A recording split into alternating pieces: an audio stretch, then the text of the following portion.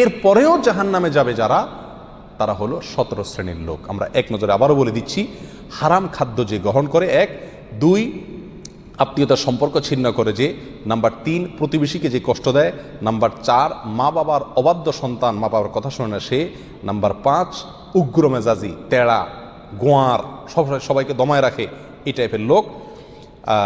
Number 6 অধীনস্থদেরকে, প্রজাদেরকে, যে সমস্ত শাসকেরা, যে সমস্ত রাজারা, যে সমস্ত রাষ্ট্রপ্রধানেরা, সরকার প্রধানেরা বা যে যে লেভেলে আছে সে তার প্রজাদেরকে ধোঁকা দেয় যে তারা।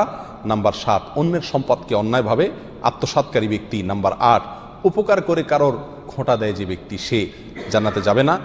নাম্বার 9 চগলখোর ব্যক্তি জান্নাতে যাবে না, মানুষের পিছনে কথা লাগায় বেড়ায় একজনের আরেকজনের কাছে। নাম্বার 10 অন্যকে নিজের পিতা হিসাবে, নিজের বাবাকে না বলে পরিচয় না দিয়ে অন্যকে নিজের বাবা হিসাবে, পিতা হিসাবে পরিচয় দেয় যে ব্যক্তি, সে।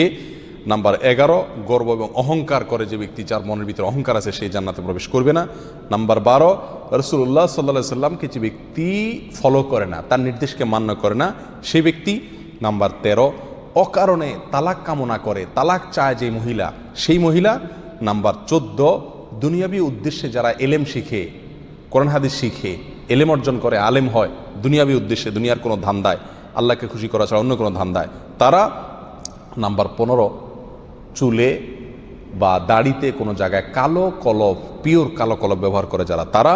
এবং নাম্বার 16 যে কোনো ভালো কাজ করে সেখানে মানুষকে দেখানো, এটা ফলাও করা, প্রচার করা, এই উদ্দেশ্য থাকে যাদের, তারা। নাম্বার 17 ওয়ারিশকে বঞ্চিত করে তার হক থেকে, এরকম অভিভাবক।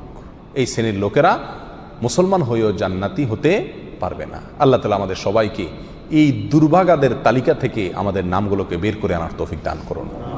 চেষ্টা করব এই 17 শ্রেণীর কোনোটিতে যাতে আমার নাম না থাকে, এটাকে টাঙায় রাখবো, ঝুলায় রাখবো লিস্টটাকে, এবং আমার ভেতরের কোনো পয়েন্ট আছে কিনা সেটা দেখে যাচাই করে সেখান থেকে নিজেকে বের করে আনবো ইনশাআল্লাহ।